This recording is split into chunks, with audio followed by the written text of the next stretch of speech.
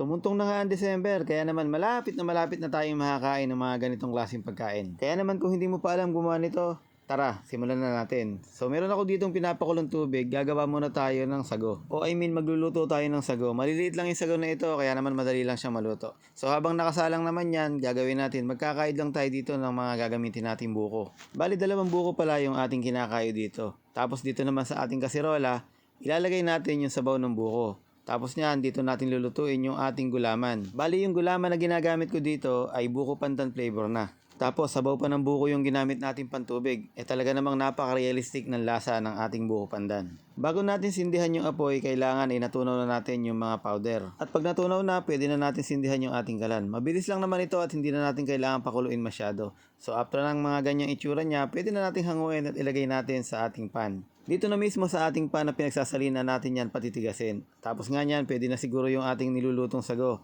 Sa tingin ko ay pwede na at hahanguin ko na.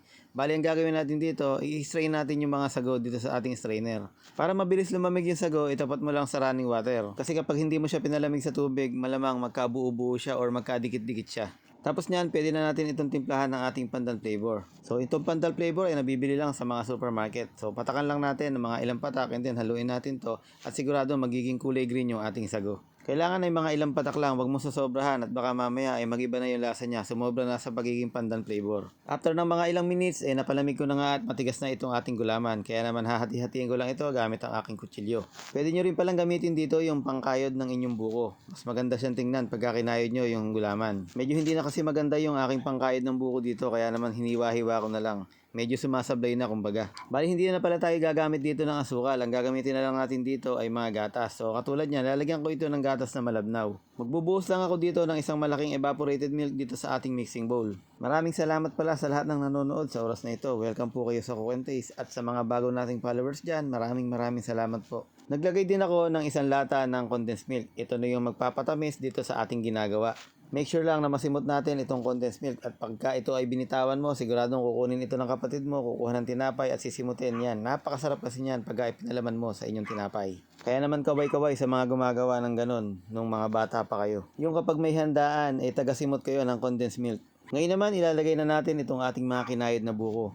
Pagkatapos nating ilagay ng buko, pwede na natin ilagay yung mga natitira pang ingredients. So ilalagay ko na rito yung mga sago at ilalagay na rin natin pamaya-maya yung ating gulaman. Guys, kung meron kayong mabibili na nata de coco, mas maganda kung lagyan nyo na rin para mas maganda. Since ang nata de coco ay gawa rin naman sa sabaw ng buko, bagay na bagay dito sa ating ginagawang buko pandan. Wala na akong mailalagay na ingredients at ito lang naman yung aking hinanda. Kaya naman hahalu-haluin ko lang ito at na mag-combine na lahat ng ating mga ingredients. Ito palang aking ginagawa ay good for 10 to 12 person na. Kaya naman kung marami kang magiging bisita sa darating na Kapaskuhan, dagdagan mo na at baka mamaya mabitin sila. Mahirap na, wala na tayong mahahalungkat sa oras ng kagipitan. Dahil nga sa kailangan nito ay mapalamig, gumamit na lang ako dito ng pinukpok na yelo sa aming tiles. Sa inaman matibay yung tiles at hindi nabasag.